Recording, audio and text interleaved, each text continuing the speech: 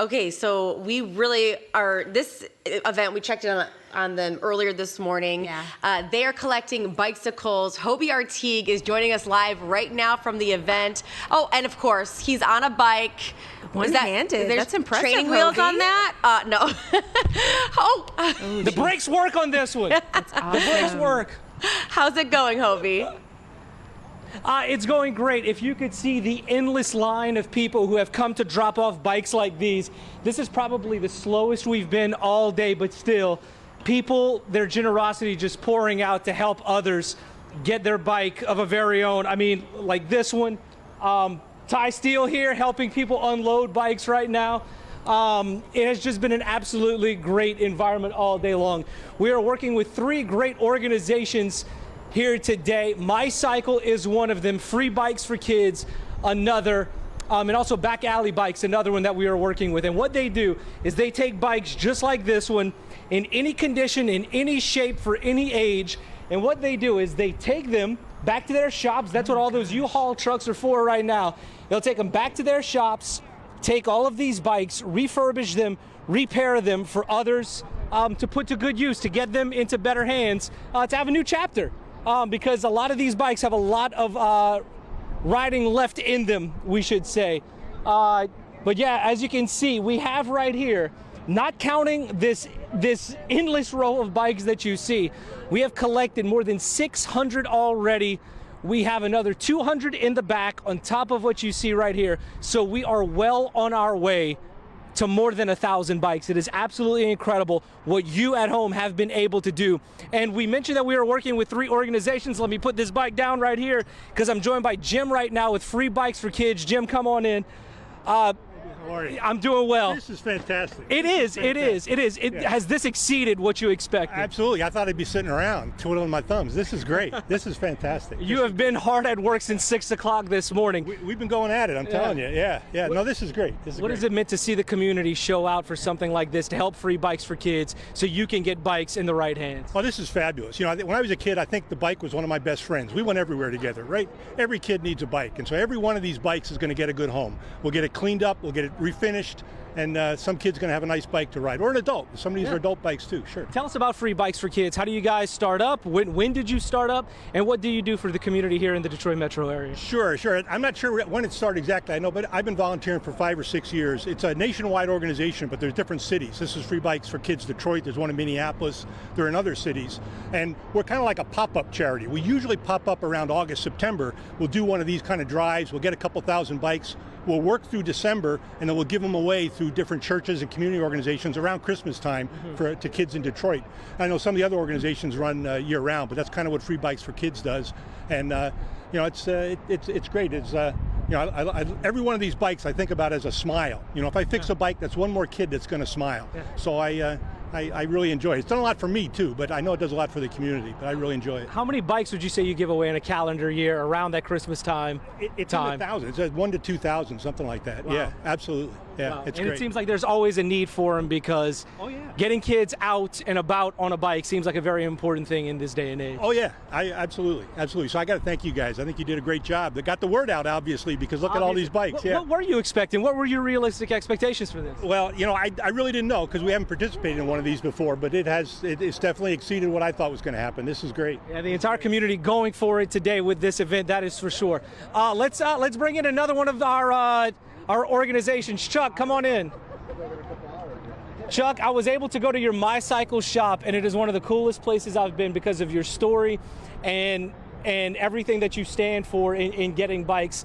What can you say about this event? Have you been a part of something like this before? No, I'm blown away. I was expecting maybe like a third or 2/3 of what we got, and we have a storage problem, which is a good problem to have. So if you're watching this and you have a warehouse for real cheap or you'd like to donate to us, please get in touch with me because we're going to need some more space. Yeah, our rough estimate was around 1,000.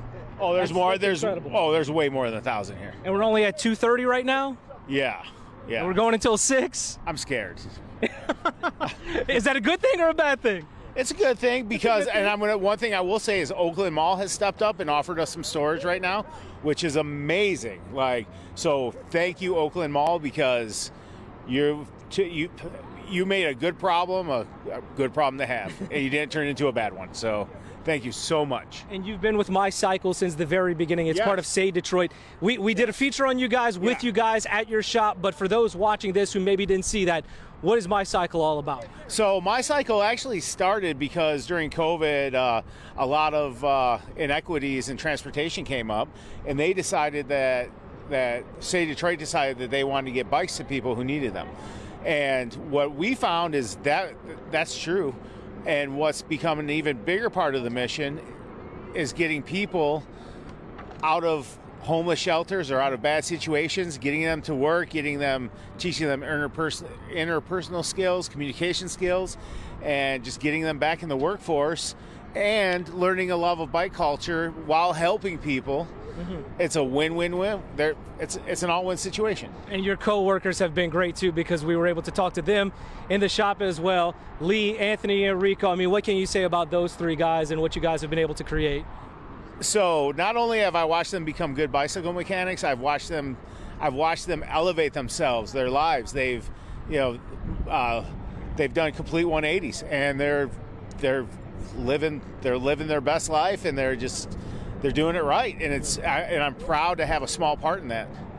So whenever we take these bikes and they go back to your warehouse, you like to give them away, whether it's to adults, whether it's to kids. Right. What's it like to give away a bike to somebody who either has never had one or has not had one for a long time, and it will make a difference in their life? What is that like? Well, it's really cool because, like I said it before, like bicycles are freedom. Yeah. And when you see someone, even an older person, especially an older person, getting back on the bike and the smile that they get when they ride that bike, it's amazing.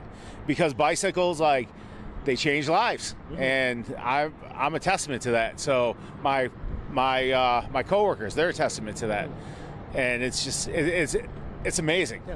So. And you got back into bicycling, and you said it's changed your life whenever we were talking at your shop a couple weeks ago. Oh, 100%. Yeah, and my whole life revolves around bicycles. My job, my friends, my hobbies. Yeah. It's all about bikes. Let's take a look at more of these bikes, because look, we have seen everything today. We've seen a tandem bike, we've seen a unicycle, we have seen vintage bikes. One guy said it was his bike from 1963, and it still had the license plate with Detroit on the back of it. We have Kidz bikes. All of these will go to a brand new home, and some of them are a little rusted, but you can take the parts and reconfigure them on certain bikes as well. 100%, yeah.